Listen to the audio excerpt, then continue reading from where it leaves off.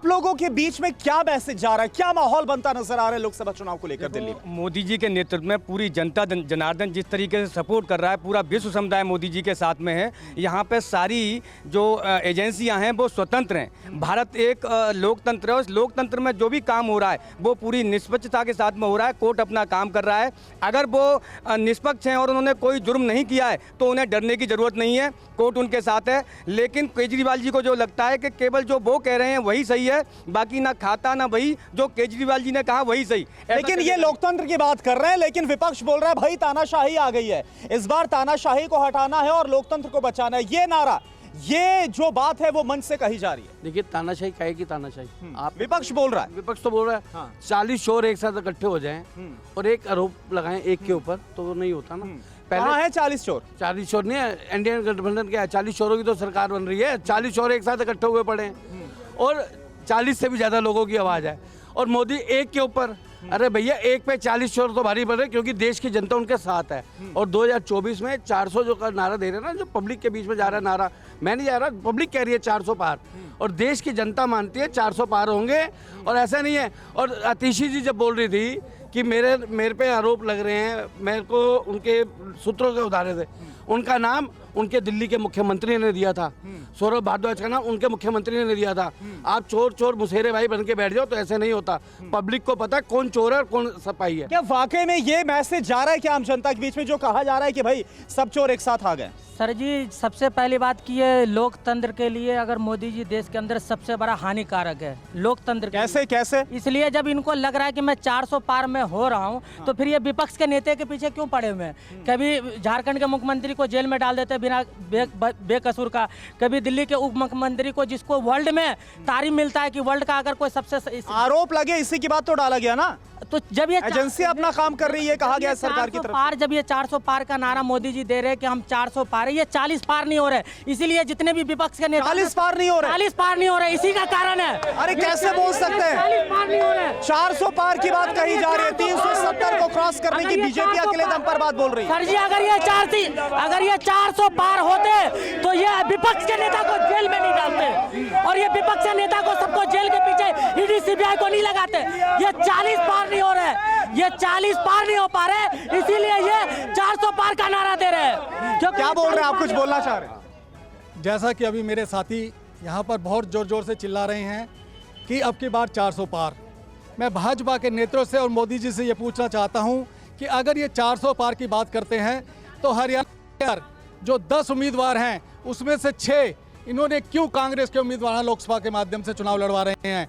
क्यों झारखंड के अंदर 13 उम्मीदवारों के बीच में से 11 दूसरी पार्टियों से निर्यात करके चुनाव लड़वा रहे हैं? क्यों पंजाब के अंदर कांग्रेस के सांसद तोड़कर, आम आदमी के सांसद तोड़कर चुनाव लड़वा रहे हैं? क्यों हिमाचल के अंदर राज्यसभा के अंदर चुनाव में पैसे के बाहुबल पर कांग्रेस के विधायकों से वोट लेकर चुनाव जितवा रहे हैं? क्यों उन्होंने अरुणाचल के अंदर इस प्रकार से पैसे खरीद फरोख्त से दूसरे सांसदों को, दूसरे विधायकों को तोड़ा? क्यों असम की बात करें और महाराष्ट्र की बात करें कि जब भाजपा में जब तक रहते हैं, जब तक इंडिया गठबंधन में रहते हैं तो वो बेईमान और भ्रष्ट होते हैं, लेकिन जैसे ही वो भाजपा में आते हैं वो दूध के धुले हो जाते हैं। तो मैं ये पूछना पाता हूँ कि जब भारतीय जनता पार्टी के पास चुनाव लड़वाने के लिए कैंडिडेट नहीं है, वो दूसरी पार्टियों से निर्यात कर रहे हैं, उन्होंने भ्रष्टाचार और बेईमान जिनको कहते थे उनको चुनाव लड़वा रहे हैं, तो वो कहां से 400 पार पहुंच जाएंगे?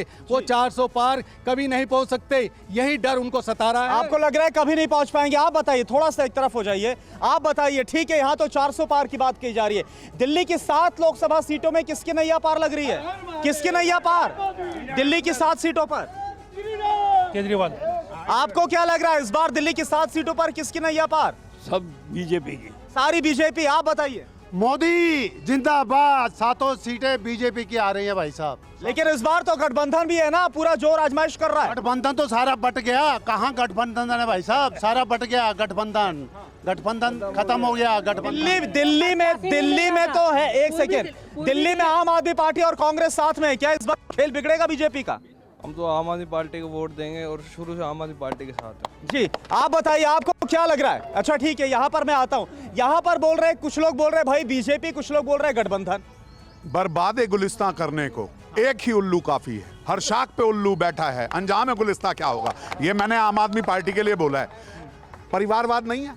अब मुख्यमंत्री जी की धर्मपत्नी बनेंगी, अरे संजय सिंह को ही मुख्यमंत्री बना दो, किसी और 62 में कोई योग्य ये भी डिक्लेयर तो नहीं किया गया ना कि सुनीता केजरीवाल बनेगी सीएम। 2013 से और अब तक 2013-14 से पार्टी के मुखिया अरविंद केजरीवाल, मुख्यमंत्री भी अरविंद केजरीवाल, इनकी जो पार्लियामेंट्री बोर्ड है जो टिकटों को तय करती है उसके भी प्रमुख हुई, सब जगह प्रमुख। परिवारवाद हो गया ना।